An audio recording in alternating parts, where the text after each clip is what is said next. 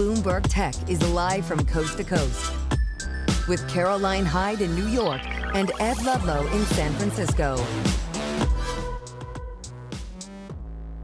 This is Bloomberg Tech. Coming up, Elon Musk's xAI taps big-name investors, including NVIDIA, in a curious piece of financing for GPUs. Bloomberg breaks the story wide open. Plus, Tesla unveils cheaper versions of its top-selling EV models. Will it help with falling sales numbers? We'll discuss. We sit down with the UK Minister for AI to discuss increased investment between the UK and US on tech innovation and a whole lot more.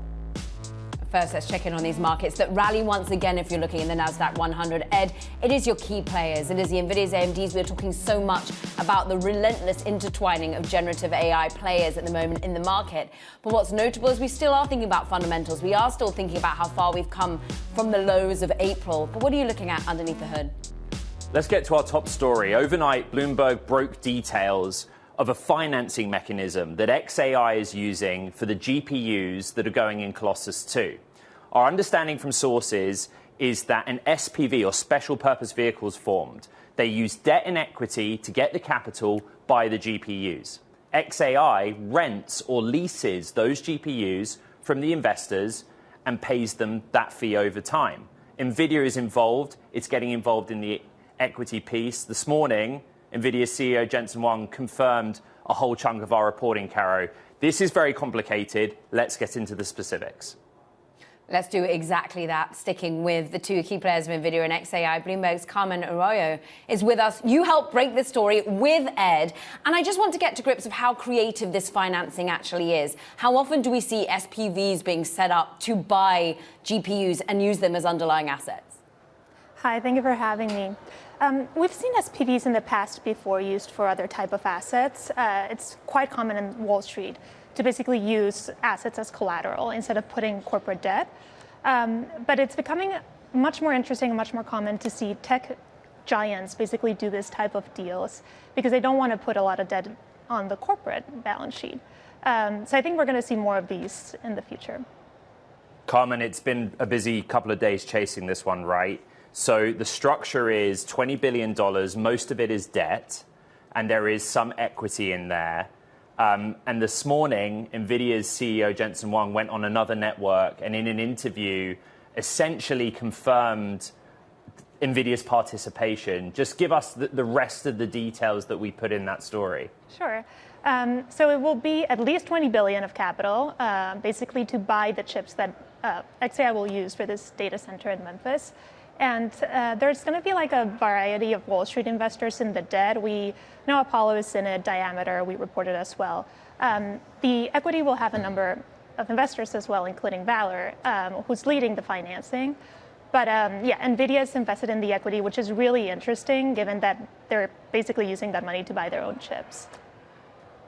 Where do we go from here? I mean, it's really difficult because I feel there's a lot more reporting to be done. The piece of the mechanism that I'm trying to get my head around is that there's an SPV and xAI rents and leases the chips, we think, over a 5-year period. What do the investors get in return? Like, are they going to get a stake in xAI? Are they just being paid rent, basically, and then that covers their debt obligations? What do we know? Well, from what we know, they get the lease payments, which is how they can amortize the debt over time. So basically, you get like monthly, quarterly payments for the financing. So you kind of like pay down the debt that way. But the idea, from what we understand, is basically at the end of it, you still have like the chips that have some value, right, after the 5 years. So that stays within that SPV. I would say, just very quick, that we haven't heard from Elon Musk or xAI. Jensen Huang and NVIDIA haven't responded to us formally other than declining to comment. So we'll keep a track of this one. Bloomberg's Carmen Arroyo, it's great to work with you in the newsroom. Thank you. So that latest funding on NVIDIA into xAI only adds into what is now a complex web of AI deals that have been occurring. It's the topic of today's big take, looking at the circular transactions happening within the AI market. Bloomberg's AI editor, Seth Figerman, joins us now. There is this big $1 trillion headline figure. And if you draw up a mad web with red string on a board of where everything's going, it all kind of touches NVIDIA and OpenAI. Give us the top line of the big take. Well, we did try to draw that mad web of red string in our graphic, and also thank you, Ed, for the extra news peg overnight with the great scoop on NVIDIA. But yes, I think ultimately we have seen something resembling circular or interconnected deals for a lot of the AI boom, but it's getting to the point where it's harder to ignore. There are just dozens of investments and business partnerships and chip agreements, primarily that all lead back one or two steps removed to NVIDIA and OpenAI. And the size and scope of these has just grown exponentially, particularly as OpenAI itself has kind of gone from saying we're going to spend billions to possibly trillions on the infrastructure to support this. And also, I think as NVIDIA has become a $4.5 trillion company that's very eager to keep the good times going by spreading the money around. Seth, talk about the good times and really whether anxiety is vindicated here. The worry on OpenAI's front is that at the moment it's loss-making, and so how does it eventually pay this back? But you have to bet on its growth and its ability to get revenue. NVIDIA has the money, and that's in many ways why Goldman, for example, is saying this is not like the dot-com era, even if we are seeing these complex web of integrations and relationships. I think both things can be true. Ultimately, a lot of what's backstopping the AI boom as we know it are these very big tech companies with very healthy balance sheets and massive cash stockpiles, including NVIDIA. On the other hand, I think the graphic makes quite clear in the story itself that increasingly a lot of these companies are very bound up, particularly OpenAI, a firm that while it's a decade old and a household name everywhere, has never turned a profit and plans to spend hundreds of billions, if not more, including through debt. So I think both things can be true. Is NVIDIA about to go bust tomorrow because of this? No, but is there a heightened exposure to all these companies because they're tethering themselves to a handful of fast-growing but still unprofitable AI startups? Yeah, there's a risk. Bloomberg Seth Fiegerman, thank you for talking us through what is an amazing piece of data journalism as well. Go read it, The Big Take. Let's get more on investor analysis now, though. Carol Schleif for more is Chief Market Strategist at BMO Private Wealth, has $315 billion in assets under management. And Carol, I'm interested in, there was a great line in that Big Take coming from Stacey Rasgon over at Bernstein saying basically Sam Altman is either going to drive this economy lower, we're going to see the world economy tank, or he's taking us to the promised land. Which way are you seeing it going? I'm not sure it's either or. First off, thanks for having me. I'm joining you from Toronto today, where we're doing a BMO Eurasia Group US-Canada summit. So there's a lot of discussions on AI and other things like that going on here. But I'm not sure it's all good or all bad. It's someplace in between. And there are a lot of things to watch. I loved the Big Take already. I caught it in the middle of the night and sent it out to a number of coworkers, especially the graphic in there showing that circular nature. That's very much like some of the stuff we saw go on in previous bubbles. But as your reporter commented on, you've got right now, it's backed by big companies with very solid balance sheets, and they're generating revenue off of that. The one thing that we keep in mind for our investors, though, is that you've also got a very concentrated stock market because of that circular nature and the interrelated deals that they're all doing. If investors start questioning one, you could get a ripple effect. But it would be a ripple effect. Perhaps you lead to some sort of pullback, which we haven't had since April. But we don't see it rippling through the economy and taking down major swaths of the economy. So it's a very nuanced answer, but it's rarely ever all black or all white. Carol, what we are trying to see, though, is actually who takes the most of the profits available from all these deals. NVIDIA clearly massively revenue generating and profit generating.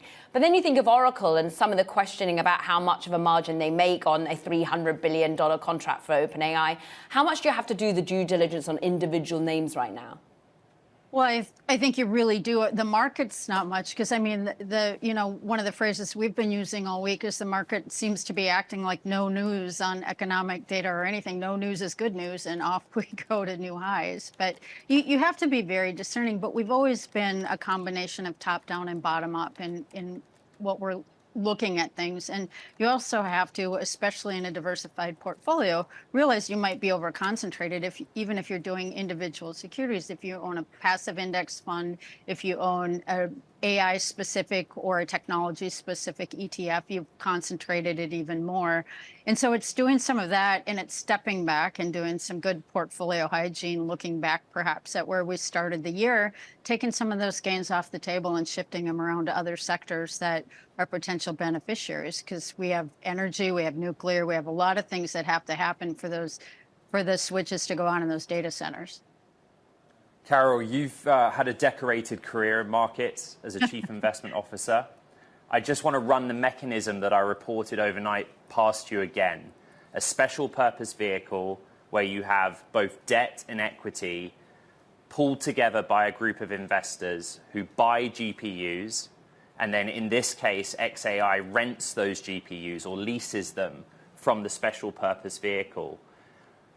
I haven't heard of this structure before, but just as a structural consideration in financial markets and the debt load and where it's placed, how do you react to that? I think it'll be a really interesting earnings season, because I'm sure a lot of analysts will be asking those detailed questions, because we're starting from a place with a lot of those companies, other than perhaps Oracle, as I understand it. We're starting from a place of pretty pristine balance sheets. You also have tax benefits that accrue to some where I'm not sure exactly how their accounting works in terms of who's expensing everything, who's capitalizing some, but you have to capitalize less stuff now. So if you've got the earnings to support writing it off, it's less damaging to the balance sheet. But it is indicative of the fact that Wall Street staffed up at the end of last year with an awful lot of deal-making people that have had a lot of time to think really creatively about how to put this stuff together. So as an investor, it makes the job that much more difficult, because to your point, you really have to figure out what's on the balance sheet, what's not on the balance sheet. Carol, there's a lot we don't know as well, like the tax consideration. I'm trying to get after it. Oracle, $100 billion of debt, swinging to negative free cash flow for the first time since 1992. I've been tracking the data. Do you? Yeah, we track some of it, and we've got a lot of analysts in our global asset management and capital markets units that get really specific about that. I don't as much anymore on a macro basis, but I listen really hard and I ask the questions. And I started a couple months ago asking some of the research teams, how are they financing these deals? How are they dealing with, when does it shift to debt? Because at the time it was all coming out of cash flow. And I wanted to understand, too, what goes right through the income statement so it's never showing up on the balance sheet, because an NVIDIA chip isn't going to last 20 years, and anything less than 20 years you can technically write off against earnings in the period you do it. 20 years. So most investors I speak to say try 5 years. Carol Schleif, right? You've been brilliant. You've been brilliant. We're really grateful for your time here on Bloomberg Tech. BMO Private Thank Wealth. you. Carol Schleif, thank you. Now, coming up on the program, we're going to take another look at Tesla's cheaper version of its top-selling EV models, and if it can help with falling sales numbers. That's next. This is Bloomberg Tech.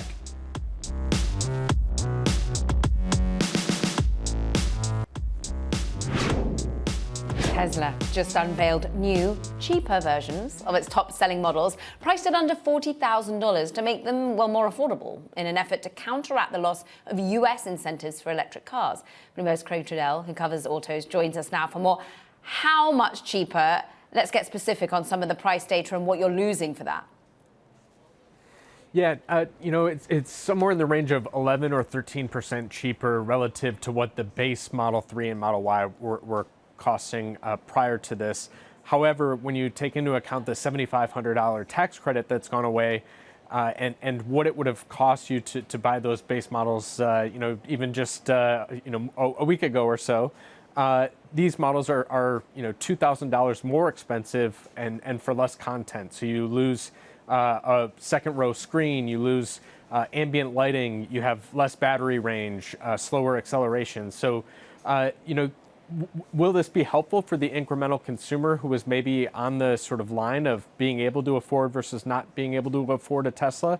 I think it does help Tesla's business in that regard. But it's also a case of not necessarily a slam dunk if you're a consumer, because you're giving up a lot for for a lower price, and there is a real sort of a value equation here to do. We reported about 24 hours ahead of time that there would be a standard Model Y. We did not report that there would also be a 3, and there was. But I think if you could recap some of the reporting we did on where they engineered out cost, because the reaction on social media at least has been like, hold on, so if you engineered out 70% of whatever, why is it only 13% cheaper? Yeah, it's a really good question, and I think, I go back even to April of last year, Ed, when you were reporting on the sort of idea that a $25,000 Tesla was sort of falling by the wayside. Tesla sort of came right out and sort of responded to those reports by saying that they were going to introduce more affordable models, and they sort of alluded to this idea of taking some elements of this next generation vehicle that they were going to sort of incorporate into their existing lineup. I don't get I don't really get much of a sense that they've actually done that here. It feels more like they've just decontented these vehicles. And so, to the extent that I have questions for Musk and the management team, it's how much are you actually sort of innovating your vehicles versus just taking things out and then, charging consumers less because you've taken cost off of your own cost of goods sold, and that's pretty unclear at this juncture whether they've actually done things with the batteries, with the motors, or have they just taken away content. Yeah, I mean, the engineering side, that's what we had heard. Bloomberg's Craig Trudell, our global autos editor, thank you so much. Let's continue the conversation with Steve Wesley, founder and managing partner of the Wesley Group, a venture firm with $700 million of assets under management. But we go to Steve because at one time, Steve sat on Tesla's board and chaired their audit committee. He's also been involved at state-level finance at a high level for a long time. You heard all of the reporting. I'm sure you've been on Tesla's website and looked at the vehicles. The story here is the impact that a $7,500 federal tax credit was having on the EV market in America, is it not? Well, it's going to have a big impact. And look, the big question here is, this is a step in the right direction. Tesla's bringing prices down, but at $37K for the Model 3, is that low enough to attract a new class of buyers? And step back a bit, $37K, it's less than the average U.S. internal combustion engine vehicle, which today stands at $48K.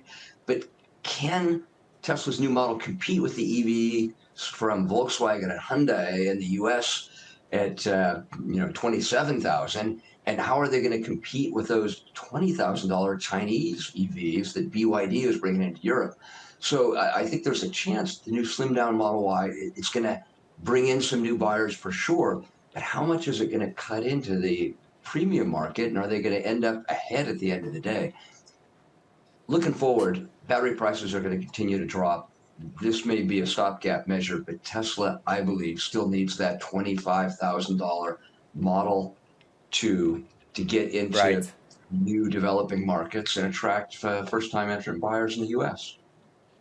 Tesla considers itself a technology company and the leader in global engineering, right? When you were at Tesla, it was about Model S principally, and that was value for money because it was so performant and had all of these bells and whistles with it. I guess the root of my question is, why would they release this vehicle? To many people, it doesn't live up to that engineering or technology value that Tesla's given historically. I think you put your finger on the problem. Look, Tesla's a premium vehicle. They charge a premium, and people expect to have the latest and greatest. And I don't think they're really seeing that. You see these other brands like BYD with 12 models, and Volkswagen and with 8, I think, and General Motors with 10.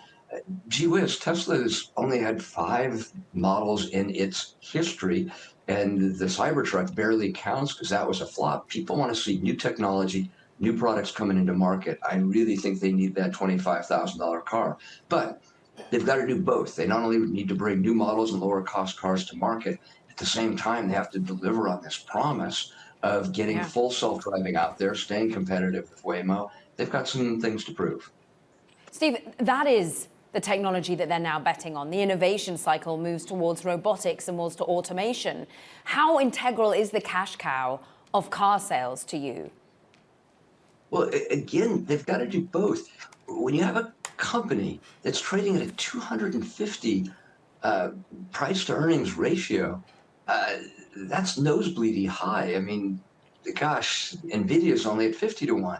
So they've got to show that they can not only bring new products to market, stay in the ballpark price-wise. I'm not sure a 4K reduction really gets them there, and get licensing in new cities so they can show that their full self-driving is going national and hopefully international, and that they're going to be able to deliver on this humanoid robots. They've got a tough road ahead to show that they can stand up to the valuation they currently have. Now, hard to argue with $1 trillion market cap, but I'm not sure investors will buy that for long. I mean, briefly, you just mentioned the valuation difference between NVIDIA and Tesla, but we know that Jensen Huang's saying, I wish I put more money into xAI, for example, in the SPV, because he wants to back anything Elon does. Steve, what would it take for you to be interested in buying back into Tesla as a shareholder?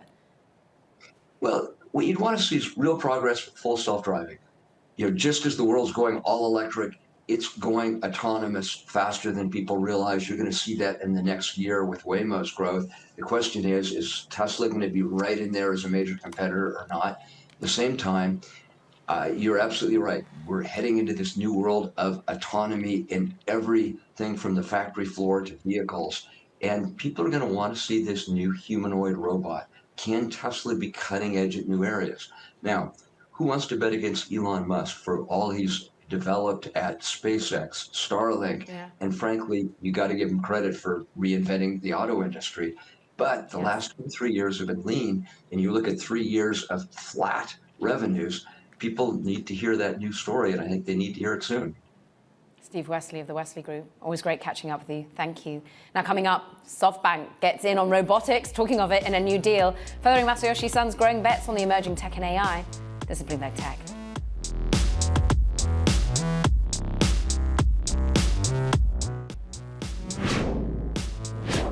Time now for Talking Tech, and first up, SoftBank agrees to buy ABB's robotics unit, which supplies industrial arms and robots to manufacturers in a $5.4 billion deal. And this is as SoftBank CEO Masayoshi Son aims to build data centers across the US in partnership with OpenAI and Oracle. Plus, Alibaba has set up an in-house robotics team, part of its effort to develop physical AI. The team sits within the unit responsible for the company's main AI foundation models. The unit's leader, Justin Lin, says the focus will be multimodal models, which he predicted would become foundational agents. Ed. Okay, coming up, we're going to speak with Kristen Smith, Solana Policy Institute president, as signs of some Bitcoin support begin to fade a little. A big crypto segment coming up next. From San Francisco and Los Angeles, this is Bloomberg Tech.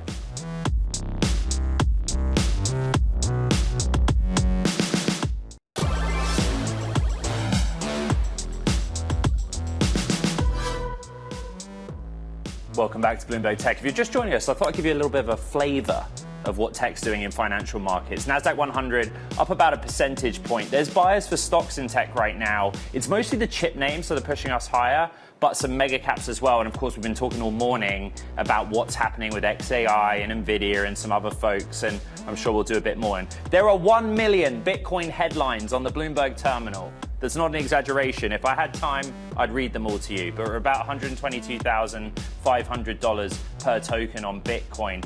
Bitcoin's thrived this year, right? Rising 30% year to date with the help of easier monetary policy. By the way, a lot of Fed speakers over the next couple of days, and also a weaker dollar's played its part. But the cryptocurrency's rally is poised to fizzle as support fades. A part of that is some of that headline that I was talking about on the Bloomberg terminal. Joining us now is Kristen Smith, Solana Policy Institute president. Oftentimes when you come on the program, something has happened. There might be a piece of legislation or someone has said something. There are many news stories tangentially linked to Bitcoin right now, but I don't see like one single catalyst that's holding up an entire crypto industry. Well, I do think there is one common thread right now among the crypto industry, and that's that this year we have seen tremendous progress on the public policy front. We've had a very strong leadership by the White House with the executive orders. We've had the stablecoin legislation, the Genius Act, signed into law this summer. And then we have the SEC's Project Crypto, which is issuing guidance for how securities laws apply to this space. And so I do think as we look across crypto generally, but specifically to Bitcoin and also to Solana, which I care deeply about, we have this common thread of it's okay if you're an asset allocator or if you're an exchange or a bank to be looking at this sector because it's going to be a part of our financial future going forward. But Kristen, we have a government shutdown. We do. We do. Well, crypto markets never sleep. But the government... Some of the agencies do during a government shutdown. Some of the agencies do. Yes. Listen, I'm not going to lie to you. It is a short-term setback to have the federal agencies shut down right now, particularly with the SEC and the CFTC. We have over 90% of the staff furloughed at those agencies right now. And so that means routine things like approval of new S1s or S3s have a real impact, particularly when it comes to things like Solana exchange-traded products, which are on the cusp of going live. We just need to get the corporate finance staff at the SEC back. Or similarly, new IPOs in the crypto space like BitCo are impacted by the shutdown. But Congress is working. The Senate is in, and the legislative discussions are continuing there. And so I think this is a short-term setback. And as soon as the government opens up, we'll be back on track. What's interesting is some of the froth or the constant headlines, a million of them as Ed references, but they were all about digital asset treasuries at one point. And that seems to have cooled a lot. I'm even looking at Strategy, the artist formerly known as MicroStrategy, now off by about 7% in the last few days alone. Is the wind coming out of that particular trade sales? Well, I think there was a lot of interest over the summer, and I think there is continued interest, and there will be some consolidation. But if you step back, if you look at digital asset treasuries, what's going on here is that for a long time, there were no way for traditional investors to access exposure to crypto assets. And digital asset treasuries have kind of filled that void in the more favorable regulatory environment. And I think what we're seeing these digital asset treasuries do is, yes, they are accumulating the token, but they're also participating in the network. So in the case of Solana, they are staking it.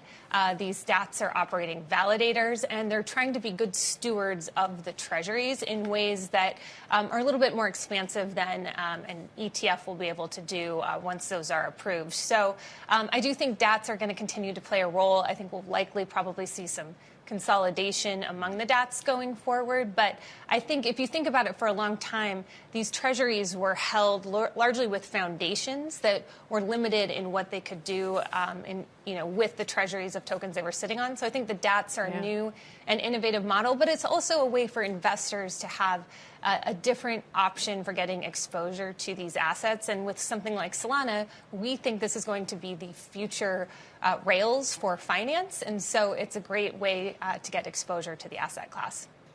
I'm looking at Solana up 100% in the last 6 months alone, Kristen. But this isn't just an American story. This isn't just about regulatory clarity in America. These are global assets. What other countries are doing it right now? Yeah, well, I think Dubai is one hub that is particularly strong. I think Switzerland has also had a lot of interest, and there's incredible excitement coming out of different parts of Asia. And so, yes, I think the fact that this is a global technology is what makes it so compelling. It means that you can have anyone who has access to a phone on the same set of rails and provide the same access to investors or access to investment opportunities. And so I think it's a really exciting potential. And I think as the U.S. continues to move along and get these good policies in place, we're going to see more competition and maybe even a bit of freeing up of some of the more restrictive policies around the globe. But we are seeing competition, particularly out of the Middle East and Asia. Kristen Smith of Solana Policy Institute, always great to have you back on the show. Thank you. Coming up, we continue the story of what's happening elsewhere outside the US because it's the UK Minister of AI. Kanishka Narayan is joining us.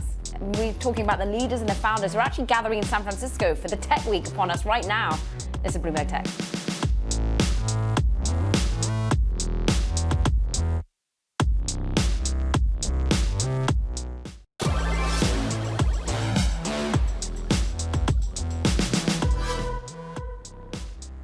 San Francisco is host to Tech Week, bringing companies and leaders from around the globe. The discussion dominated by AI. Shocking.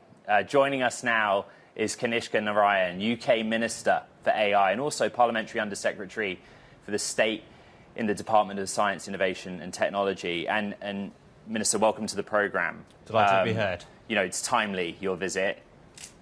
SF Tech Week is a tech week, but you come here with a large delegation of both on the policy side, but the companies themselves. Why? What is it that you hope to get out of being here?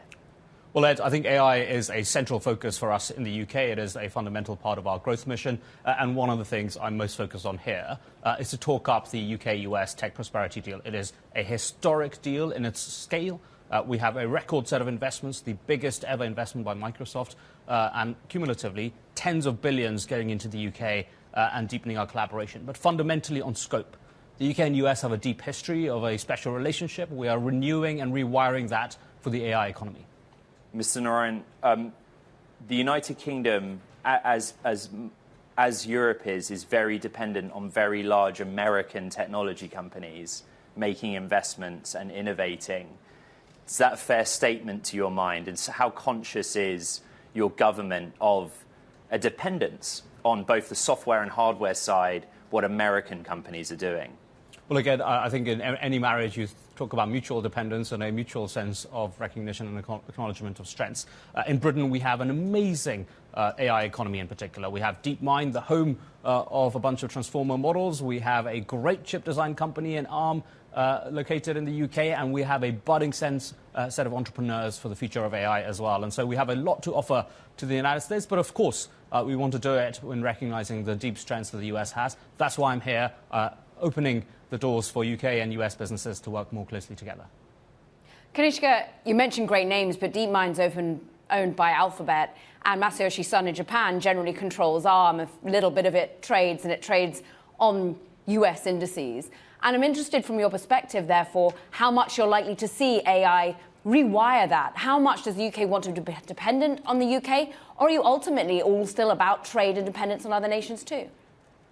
Well, look, I think, Caroline, that's a great question, but the fundamental thing I'd say is that we want to be open to the world in terms of business. So if people want to come and invest in fantastic talent and fantastic businesses in the UK, we are open for business. At the same time, of course, we want to make sure that people coming through our universities, people wanting to build businesses, have capital, have compute, and fundamentally have a deep community of support in the UK as well. A lot of what I'm here to do is to try and beat the drum for that and to make sure that we're attracting the best folks to come and build in the UK as well as build in the UK for countries abroad.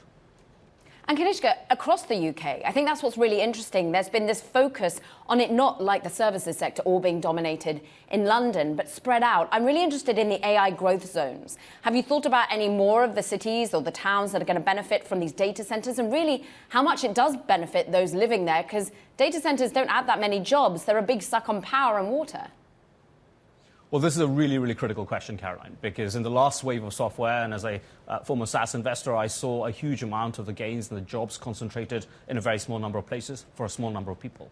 The whole point of what we're doing on the AI revolution with our Growth Zones program is to spread opportunity right across the length and breadth of Britain. I represent a constituency in Wales, which has a beating heart of the compound semiconductor industry. Exactly as you say, we are creating 5,000 jobs in the northeast near Newcastle. For Premier League followers, they'll know it very well. And we are keen on making sure that whilst it's the case that there are some jobs with data centers, that's the start, not the end of the journey. We want to create a ton of jobs in adapting and using compute from data centers, not just building them. In South Wales, formerly known as Newport Wafer Fab, now known as Vishay, I think. That's right. I've got a newspaper clipping on a board in my kitchen about that. Minister, the financing of the infrastructure projects in the United States are getting interesting, to say the least. We are reporting on mechanisms where investors make a special vehicle, raise capital, xAI in that example, leases the capacity. The US government has taken a stake in Intel, for example. Caroline and I have been talking a lot about N-scale recently. Yeah. What options does the UK government see in accelerating the build-out, but also any direct mechanism that you might be considering financially or otherwise to support those initiatives? Well, the broad thing I'd say is what is happening, I think, across the market in terms of financing is a recognition that there is very significant value creation and value uplift from building out AI infrastructure. And so that is the starting point for what is going on in the market. And whether we invest in companies or whether we invest more indirectly is an open question. The fundamental thing that we're focused on is making sure we create a fantastic scale of AI infrastructure. We have the right level of compute, and we have talent that can make the most of it. Nscale is a great example, the largest ever Series B in Europe for a British company building out outside of the United States. Outside of the United States, building out in the UK. I don't think there was a direct financing requirement there at all, and so we're not going to be playing with taxpayer money where it's not required. What we are focused on is doing everything we can, and I speak to the founders of Nscale regularly as well, everything we can on permitting, on planning, on wider support to make sure that the value uplift of AI is captured in the UK. This UK government has net zero obligations, and so with AI, could you explain to our global audience, many people, by the way, watch this program in the United Kingdom, how you're going to have an energy policy that supports AI and its energy demands? Well, look, I think we have two things that we want to make sure we do. We have a clean power mission by 2030, which is critical to what we ran the election on. We have a deep democratic mandate for. And we have an AI revolution that we want to make the most of as well. The trick here is to make sure that the two of those reaffirm each other. We are building AI infrastructure in places with renewable energy. And in turn, we are using AI to make our renewable energy build-out way more efficient as well. Minister, it's a tough time for governments around the world when it comes to spending versus the size of their deficits or their borrowing. And it's interesting that Andrew Bailey, of course, leader of the Bank of England, just this week talking to Bloomberg and the economy writ large, saying the UK must invest more in the AI if they're going to ride this wave. What do you, as someone who understands investment, tell the capital markets of the UK and indeed pension funds and those that are based there in terms of actually driving capital investment, not just coming from the big US players into the United Kingdom? Well, Caroline, I think this is a central question. And the thing I say to everyone in the capital markets in the UK and abroad is two things. One, it's time to put risk on. We want to try and make sure that we are investing in the future of our people in the UK, the future of our kids growing up and wanting to build fantastic AI companies. And I want the capital markets to be deep partners in that mission. But the second thing is there's not a one-way ask, it's a two-way exchange. And the offer from government is a very clear one. We are laser-sharp focused on making sure that when you invest with a clear sense of taking on more risk in AI infrastructure, we will be there hand in hand, clearing the way for you in terms of making sure it's an efficient and easy build. Risk on. Kanishka Narayan, it's been great speaking with you. Enjoy your time in San Francisco, the UK Minister for AI. Now, talking of AI, Anthropic, it will open its first office in India, becoming the latest American AI company to expand in the rapidly growing market, known for, of course, its engineering talent. Anthropic plans to hire a team to help build unique local applications, will advance its capabilities in Indian languages. Ed. Okay, coming up on the program, we're going to speak with Zendesk CEO about new AI capabilities the company's launching and how it feels it differentiates itself in what is a very crowded AI-powered service market. Final block of the show coming up. This is Bloomberg Tech.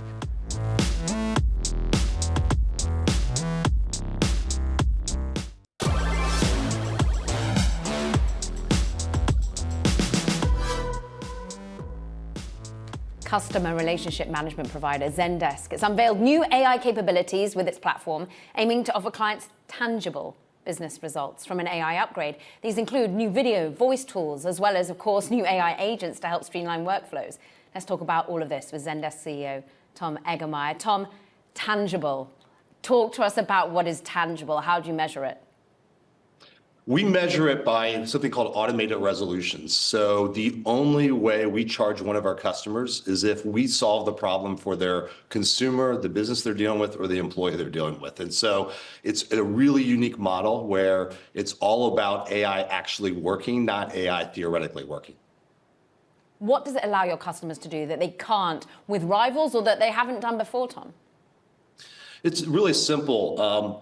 Our customers are wanting a complete platform where sometimes they're going to want their customers to self-serve. Sometimes they're going to want AI agents solving the problems. And sometimes they're going to want human agents solving the problems. Our platform is an end-to-end platform that our companies that we work with can choose how consumers, businesses, employees interact with them. And we have that whole platform. Tom, the promise and utility of an agent, everyone repeats time and time again, is its ability to communicate outside of the system you're building, right? It needs to be able to actually meaningfully access other systems. How hard has that been to build? like there's a real data and security challenge there? That's the core strength of Zendesk. We're going to process about 800 billion API requests this year, on pace for 1 trillion next year. And so the core foundation in our architecture is connecting to other systems. And so that's why we're now going to finish the year at about $200 million of AI ARR. 20,000 customers that are both paid and unpaid. We believe we're the largest customer service AI provider in the world. And the reason we think is that foundational element of security, API requests connecting to different systems. Because I totally agree with you, Ed. It's all about connecting to different systems. So you're going to run a trillion API requests next year. How does that reflect in your operating costs? And literally give me more on the revenue number that I think you just flicked at. Yeah, we're going to end the year about $200 million of ARR for AI, and that is not allocating a part of our existing revenue to AI. That's our new AI products that we've launched in the last 2 years, AI agents, AI Copilot, and quality assurance. We really believe those API requests are key. And how does that work? Is that we've got a foundational architecture that is dedicated to not just conversations, but making sure that you can have actions from our AI agents. And those actions are key to getting things done, key to getting those resolution rates up, that automated resolution rate. And we think that's what differentiates us. I really feel it's your private equity background that leads you to bring us so much tangible, hard evidence, whether it's what actually the clients are using it for or whether it's not your ARR numbers. But using your PE brain right now, I mean, we keep talking about a bubble, an AI bubble, the worry about future productivity and actual revenue streams from these startups, Tom. What do you say to those that are non-believers? What I say to those that are non-believers is what I tell my kids that are 23 and 20, you have to learn AI to succeed in the business world for the next 20 or 30 years. You need to be an AI prompt engineer yourself. We believe there's, of course, hype about AI right now, but that the fact that we just passed 1 trillion tokens with OpenAI. They announced it 2 days ago at their developer conference. We're one of only about 20 or less companies that are doing that. That tells you the hype is not hype. The hype is real because we're able to go automate up to 80%. We have customers that are automating 80% of interactions already with higher customer satisfaction. And so, of course, there's hype about this, but there's actually tangible results that our customers are seeing with their consumers, businesses, and employees. Tom, great to have you back on the program, CEO of Zendesk. We really appreciate your time. Thank you. Caro, I think we better go back to the broad idea of circular financing, but the xAI, SPV, debt thing. Mm. You know, I'm just looking at markets at what's up and like not drawing a causal link, but there seems to be a lot being placed in what Jensen Huang said on another network this morning. And what he'd said is, oh, by the way, yes, we give money to these companies, and he wished he'd given more, perhaps, to Elon Musk, but that they don't have to buy just NVIDIA and GPUs. I think it's interesting that AMD's rallying so hard today, Ed. That is exactly where my mind was at. And AMD is kind of the outperformer in this session. We have a lot more to come this week. But yeah, 6% gain to NVIDIA's 2%. I think he couldn't have been any more clear, really. Last thing, we still concerned about debt? Yeah, I think more broadly, sorry, you just cut out a little bit there, Ed, but at the moment, I think we've got to keep on talking about where the investment cycle is going and keep questioning it, because we are healthy balance of cynicism and reality. But that does it for this edition of Bloomberg Tech, Ed. What have you got tomorrow? Yeah, huge balance of the week remains. We'll be live from Bloomberg Screen Time in Los Angeles, speaking with the absolute best of the entertainment industry, and then something big happens after that. And Friday, yeah, big after that, we switch gears and go all in on defense tech, speaking with the leaders of Anduril, Palantir, so many more. You do not want to miss out on a phenomenal rest of the weekend. This was a big show, so recap the podcast. You know where to find it on the Bloomberg platforms, online, Apple, Spotify, iHeart. And as loads of you told me at OpenAI Dev Day, you listen to the show as a podcast when you drive to work. Love that. From LA and San Francisco, this is Bloomberg Tech.